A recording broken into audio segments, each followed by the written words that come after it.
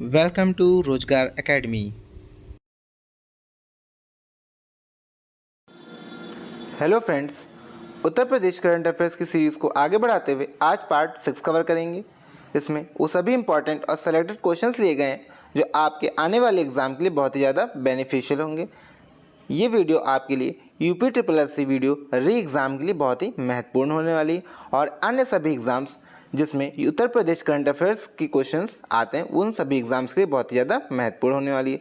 तो चलिए शुरू करते हैं अपनी आज की शानदार सीरीज़। फर्स्ट क्वेश्चन है, निम्नलिखित में से उत्तर प्रदेश के किस शहर में फ्रांस के एफिल टावर के तर्ज पर आर्ट गैलरी बनाए जाने की घोषणा की गई है?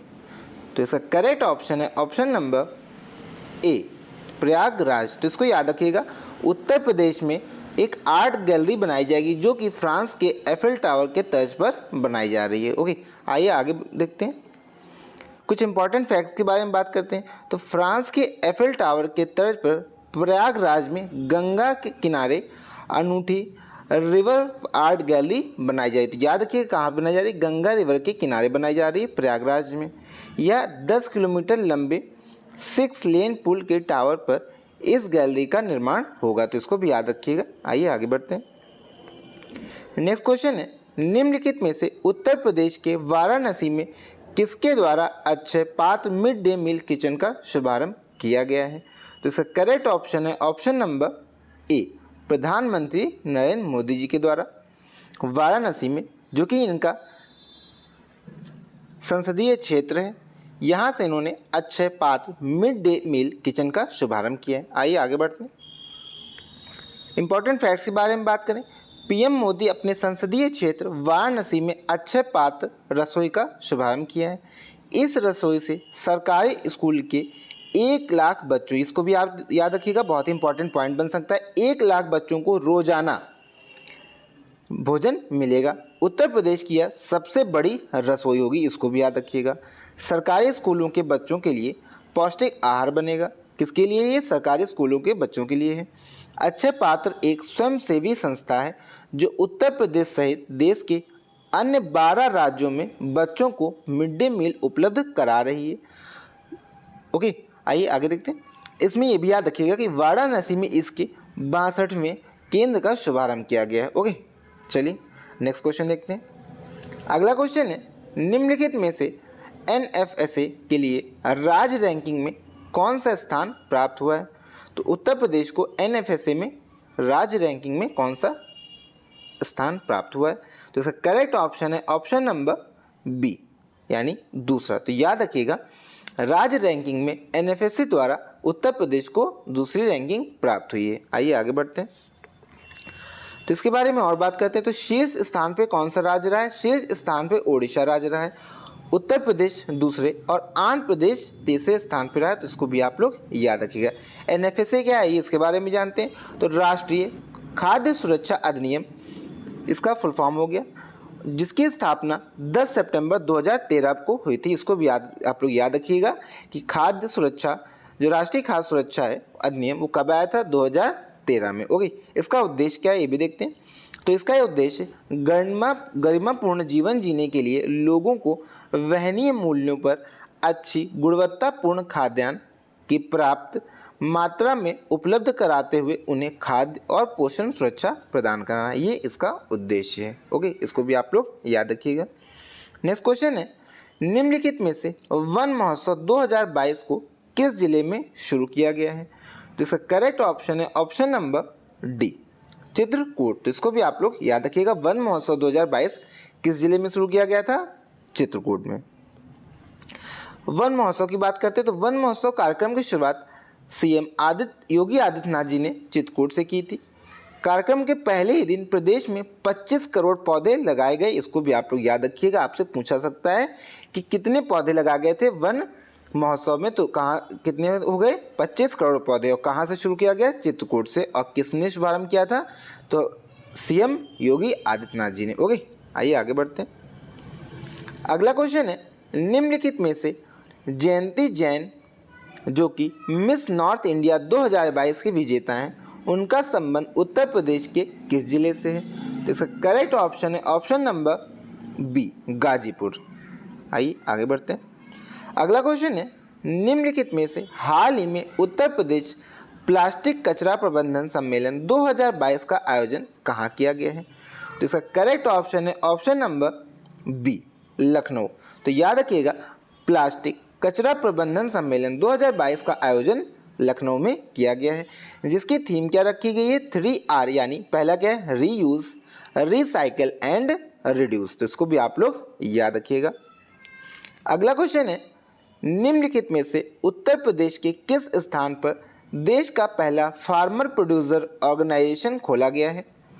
इसका करेक्ट ऑप्शन है ऑप्शन नंबर सी, प्रयागराज। तो याद रखिएगा, पहला फार्मर प्रोड्यूसर ऑर्गेनाइजेशन कहाँ खोला गया है? उत्तर प्रदेश के प्रयागराज में। आइए कुछ इंपॉर्टेंट फैक्ट्स देखते हैं। तो किसान उत्पादक संगठन यानी फार्मर्स प्रोड्यूसर ऑर्गेनाइजेशन, यह कुछ और नहीं बल्कि किसानों द्वारा बनाया गया एक स्वयं सहायता समूह है। कैसा है? स्वयं सहायता समूह है, जहां किसान ही किसान की मदद करते हैं। तो इसको भी याद रखिएगा, आपको पूछा जा सकता है कि फार्मर प्रोड्यूसर ऑर्गेनाइजेशन क्या है? तो यह एक किसानों द्वारा स्वयं सहायता समूह है जिसमें किसान ही किसान की मदद करता है। इसमें अगर बात करते हैं तो नियमों के अनुसार न्यूनतम 11 सदस्यों वाला किसानों का कोई भी समूह एफपीओ में आ सकता है, यानी फार्मर प्रोड्यूसर ऑर्गेनाइजेशन में शामिल हो सकता है। तो इसको भी आप लोग याद रखिएगा। नेक्स्ट क्वेश्चन है, निम्नलिखित में से उत्तर प्रदेश का कौन सा जिला धान, गेहूं, गन्ने के स्थान पर अब केले की खेती का निर्णय लिया है? तो इसका करेक्ट ऑप्शन है ऑप्शन नंबर डी, महाराजगंज। तो याद रखिएगा, धान, गेहूं और गन्ने के स्थान पर अब केले की खेती का निर्णय महाराजगंज के द्वारा लिया गया है। ओके, नेक्स्ट क्वेश्चन है, निम्नलिखित में से उत्तर प्रदेश के किस स्थान पर इंटरैक्टिव आज़ाद गैलरी का शुभारंभ किया गया है? तो इसका करेक्ट ऑप्शन है ऑप्शन नंबर डी। तो याद रखिएगा, इंटरैक्टिव आज़ाद गैलरी का शुभारंभ उत्तर प्रदेश के प्रयागराज में किया गया है। नेक्स्ट क्वेश्चन है, निम्नलिखित में से उत्तर प्रदेश सरकार द्वारा लिए गए निर्णय के अनुसार कितने चालान होने पर गाड़ी का परमिट निरस्त किया जाएगा? तो इसका करेक्ट ऑप्शन है ऑप्शन नंबर सी, यानी 3। तो याद रखिएगा, 3 चालान होने पर जो आपकी वाहन होगा उसका परमिट निरस्त किया जाएगा। ओके, नेक्स्ट क्वेश्चन है, निम्नलिखित में से उत्तर प्रदेश सरकार द्वारा भूमि संबंधी धोखाधड़ी को रोकने के लिए किस पोर्टल को लॉन्च करने की घोषणा की है? तो इसका करेक्ट ऑप्शन है ऑप्शन नंबर सी, भूलेख पोर्टल। तो याद रखिएगा, भूलेख पोर्टल के शुभारंभ किया गया है भूमि संबंधी धोखाधड़ी को रोकने के लिए। ओके, तो इसको भी आप लोग याद रखिएगा। अगला क्वेश्चन है, निम्नलिखित में से उत्तर प्रदेश सरकार के पंचायती राज विभाग द्वारा कौन सी योजना की शुरुआत की गई है? तो इसका करेक्ट ऑप्शन है ऑप्शन नंबर बी, मातृभूमि योजना। तो याद रखिएगा, किसके द्वारा शुरू की गई है पूछा सकता है, तो पंचायती राज विभाग के द्वारा मातृभूमि योजना की शुरुआत की गई है। आइए इंपॉर्टेंट पॉइंट्स देखते हैं। तो मुख्यमंत्री योगी आदित्यनाथ ने सहभागी ग्रामीण अर्थव्यवस्था और बुनियादी ढांचे को मजबूत करने के उद्देश्य से एक अनूठी उत्तर प्रदेश मातृभूमि योजना शुरू करने की घोषणा की है, जो आम आदमी को राज्य के विकास कार्यों में प्रत्यक्ष भागीदारी बनाएगा। ओके, आइए आगे बढ़ते हैं। नेक्स्ट क्वेश्चन है, निम्नलिखित में से प्रश्न में उत्तर प्रदेश का कौन सा मंडल स्टैंप एवं पंजीयन राजस्व संग्रहण में सबसे निचले स्तर पर रहा? तो इसका करेक्ट ऑप्शन है ऑप्शन नंबर सी, बस्ती मंडल। तो इसको भी आप लोग याद रखिएगा। नेक्स्ट क्वेश्चन है, निम्नलिखित में से उत्तर प्रदेश के किस जिले में ऋण मेले का आयोजन किया गया? तो इसका करेक्ट ऑप्शन है ऑप्शन नंबर डी, लखनऊ। तो याद रखिएगा, ऋण मेले का आयोजन लखनऊ में किया गया। ओके, इंपॉर्टेंट फैक्ट्स देखते हैं। तो मुख्यमंत्री ने इस अवसर पर वर्ष 2022-23 की 2.95 लाख करोड़ रुपए की वार्षिक ऋण योजना का विमोचन किया। तो याद रखिएगा, इसमें 2.95 लाख करोड़ का ऋण योजना का विमोचन किया गया है। साथ ही कार्यक्रम के दौरान एक जनपद एक उत्पाद योजना के अंतर्गत 5 जनपदों, कौन कौन से? आगरा, अंबेडकर नगर, सीतापुर, आजमगढ़ और सिद्धार्थ नगर में स्थापित कॉमन फैसिलिटी सेंटर का भी उद्घाटन किया। तो ओके, आइए आगे बढ़ते हैं। नेक्स्ट क्वेश्चन है, निम्नलिखित में से उत्तर प्रदेश के किस खिलाड़ी ने 19वें FINA world open water swimming championship में भारत के प्रतिनिधित्व किया है? तो इसका करेक्ट ऑप्शन है ऑप्शन नंबर ए, विजय भदौरिया। तो याद रखिएगा, भारत का प्रतिनिधित्व वर्ल्ड ओपन वाटर स्विमिंग में किसने किया? विजय भदौरिया ने, जो कि उत्तर प्रदेश राज्य से संबंधित है। अगला क्वेश्चन है, निम्नलिखित में से ई पेंशन पोर्टल शुरू करने वाला उत्तर प्रदेश कौन सा राज्य बना है? तो इसका करेक्ट ऑप्शन है ऑप्शन नंबर ए, पहला। तो याद रखिएगा, ई पेंशन पोर्टल पहला राज्य कौन सा बना है? Uttar Pradesh. Okay, next question है, निम्नलिखित में से उत्तर प्रदेश सरकार द्वारा किस जिले में प्लास्टिक के प्रतिबंध पर जागरूकता के लिए ड्रेस अभियान का शुभारंभ किया गया? कौन सा अभियान? ड्रेस अभियान। और किससे संबंधित है? प्लास्टिक के प्रतिबंध के जागरूकता पर। तो इसको भी आप लोग याद रखिएगा, आपसे पूछा सकता है कि ड्रेस अभियान किससे संबंधित है? तो प्लास्टिक के प्रतिबंध पर।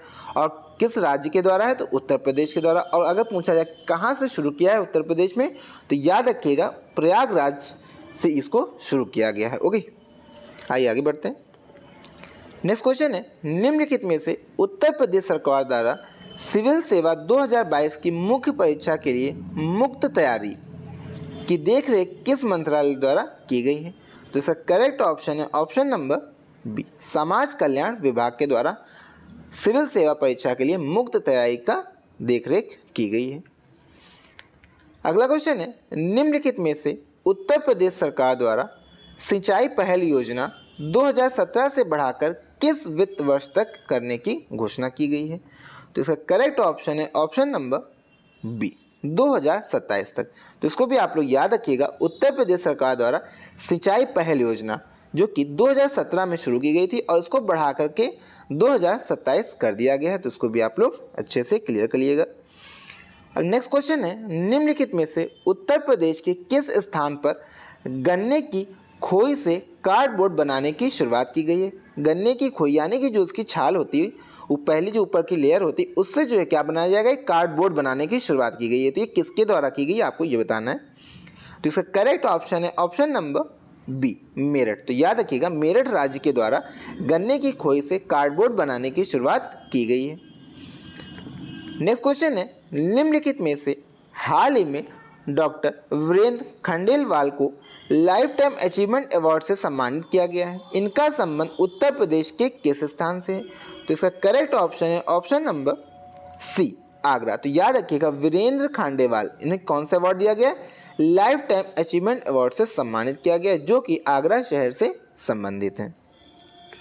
अगला क्वेश्चन है, निम्नलिखित में से उत्तर प्रदेश में प्रदेश का पहला थैला बैंक किस जिले में खोला गया है? तो इसका करेक्ट ऑप्शन है ऑप्शन नंबर सी, गाजियाबाद। तो याद रखिएगा, उत्तर प्रदेश का पहला थैला बैंक जो है वो गाजियाबाद में खोला गया है। ओके, थैला बैंक क्या है? यह प्लास्टिक से संबंधित है, यानी प्लास्टिक को टैकल करने के लिए, उसको प्रतिबंधित करने के लिए उससे संबंधित है। ओके, आइए बात कर लेते हैं। तो दोस्तों बात करें कि पहला थैला जो है मोबाइल थैला बैंक कहाँ से शुरू किया गया है? वो है नोएडा से। इसको भी याद रखिएगा, अगर पूछा जाए आपसे मोबाइल थैला बैंक कहाँ से शुरू किया गया है, तो वो है नोएडा से। ओके, और गाजियाबाद से भी एक और पॉइंट याद रखिएगा, नेत्र बैंक अगर आपसे पूछा जाए कि पहला नेत्र बैंक कहाँ पे स्थापित किया गया, वो है वो भी गाजियाबाद है। तो इसको भी आप लोग याद रखिएगा। और अगर आपसे पूछा जाए वह कौन सा जिला है जहाँ से जिसकी नगर निगम ने थैला बैंक की शुरुआत की, तो उसको भी आप लोग याद रखिएगा, लखनऊ पहला जिला है जिसकी नगर निगम ने जो है थैला बैंक को शुरू किया था। ओके, अगर नगर निगम से आपसे पूछा जाए तो वो होगा आपका लखनऊ। ओके, इसको भी आप लोग याद रखिएगा। नेक्स्ट क्वेश्चन है, निम्नलिखित में से ताज open national taekwondo championship Uttar Pradesh किस स्थान पर रहा? तो इसका करेक्ट ऑप्शन है ऑप्शन नंबर ए, पहले स्थान पर। तो याद रखिएगा, ओपन नेशनल ताइक्वांडो चैंपियनशिप में उत्तर प्रदेश पहले स्थान पर रहा। अगला क्वेश्चन है, निम्नलिखित में से नगर निकायों के लिए किस टोल फ्री नंबर की शुरुआत उत्तर प्रदेश सरकार द्वारा की गई है? इसका करेक्ट ऑप्शन है ऑप्शन नंबर सी। ओके, याद रखिएगा 1533। ये क्या है? ये एक टोल फ्री नंबर है जो नगर निकायों के लिए शुरू किया गया है। तो इसको भी आप लोग याद रखिएगा। आइए कुछ इंपॉर्टेंट हेल्पलाइन नंबर और जान लेते हैं जो एग्जाम में इंपॉर्टेंट बन सकते हैं और पूछे जाने की पूरी संभावना भी है। तो पहला है वुमेन हेल्पलाइन नंबर, क्या है 1090, तो इसको भी याद रखिएगा। सेकेंड है चाइल्ड हेल्पलाइन 1098। थर्ड है सीएम हेल्पलाइन नंबर यानी मुख्यमंत्री हेल्पलाइन नंबर, ये है 1076। उसके बाद है कोविड-19 हेल्पलाइन नंबर उत्तर प्रदेश के लिए, वो आप क्या है 1800-180-5145, इसको भी याद रखिएगा। और सबसे महत्वपूर्ण जो है वो है 181, ये किससे संबंधित है, ये महिलाओं के खिलाफ घरेलू दुर्व्यवहार, महिलाओं को रोजगार और कल्याणकारी योजनाओं की दिशा में मार्गदर्शन करने के लिए यह नंबर उत्तर प्रदेश सरकार के द्वारा प्रोवाइड कराया गया, तो इसको भी आप लोग याद रखिएगा। ये सभी नंबर जो है बहुत ही इंपॉर्टेंट है, तो इनको अच्छे से नोट कर लीजिएगा, पूछे जाने की पूरी संभावना है। ओके, नेक्स्ट क्वेश्चन है निम्नलिखित में से उत्तर प्रदेश के प्रयागराज में 10 वर्ष में कितने प्रतिशत हरियाली बढ़ने का अनुमान लगाया गया है, तो इसका करेक्ट ऑप्शन है ऑप्शन नंबर ए 30%। तो याद रखिएगा पिछले 10 वर्षों में प्रयागराज में 30% हरियाली बढ़ने का अनुमान लगाया गया है। अगला क्वेश्चन है निम्नलिखित में से प्रधानमंत्री नरेंद्र मोदी के द्वारा वाराणसी को कितनी परियोजनाओं की सौगात दी गई है, तो इसका करेक्ट ऑप्शन है ऑप्शन नंबर डी 45। तो याद रखिएगा प्रधानमंत्री नरेंद्र मोदी जी के द्वारा वाराणसी में 45 परियोजनाओं को मंजूरी दी गई है। आइए इसके बारे में और इम्पोर्टेंट फैक्ट्स जानते हैं। तो याद रखिएगा 2022 में पीएम मोदी की जनसभा के दौरान 1812 करोड़ रुपए की 45 परियोजनाओं का लोकार्पण और शिलान्यास किया गया था। उसके बाद बात करें 2023 में क्या किया गया है। ओके, तो 2023 में प्रधानमंत्री नरेंद्र मोदी ने अपने संसदीय क्षेत्र वाराणसी में 1800 करोड़ रुपए की 28 परियोजनाओं का लोकार्पण और शिलान्यास किया है। तो याद रखिएगा अगर आपसे 2022 में पूछा जाए तो आपको बताना है 45 परियोजनाओं का लोकार्पण किया गया था, और वहीं पे अगर 2023 में पूछा जाए तो वहां पे 28 परियोजनाओं का लोकार्पण किया गया है। ओके, तो इसको भी याद रखिएगा। और इसी के दौरान यानी 2023 के दौरे में इन्होंने एक और बोला गया यहाँ पे बात कि वाराणसी दौरे के अवसर पर पीएम मोदी ने वन वर्ल्ड टीबी समिट को भी संबोधित किया। तो याद रखिएगा अगर आपसे पूछा जाए one world TB summit, TB मतलब ट्यूबरकुलोसिस, इसका समिट जो है प्रधानमंत्री नरेंद्र मोदी ने कहां से संबोधित किया, तो याद रखिएगा वाराणसी से इसका संबोधन किया था वन वर्ल्ड टीबी का। ये भी आपके एग्जाम में बहुत ही ज़्यादा इंपॉर्टेंट क्वेश्चन बन सकता है। ओके, आइए आगे बढ़ते हैं। नेक्स्ट क्वेश्चन है निम्नलिखित में से शैक्षिक सत्र 2022-23 में उत्तर प्रदेश सरकार के कितने नए प्राइमरी स्कूल खोलने का निर्णय लिया है, तो इसका करेक्ट ऑप्शन है ऑप्शन नंबर सी 91 यानी 91। तो याद रखिएगा 2022-23 में उत्तर प्रदेश सरकार जो है 91 प्राइमरी स्कूल खोलने के लिए निर्णय लिया है, तो इसको भी आप लोग याद रखिएगा, इंपॉर्टेंट क्वेश्चन है ये। आइए इंपॉर्टेंट फैक्ट देखते हैं। बच्चों को प्राथमिक शिक्षा देने के लिए, तो याद रखिएगा कि इसके लिए प्राथमिक शिक्षा के लिए 91 नए स्कूल खोले जाएंगे।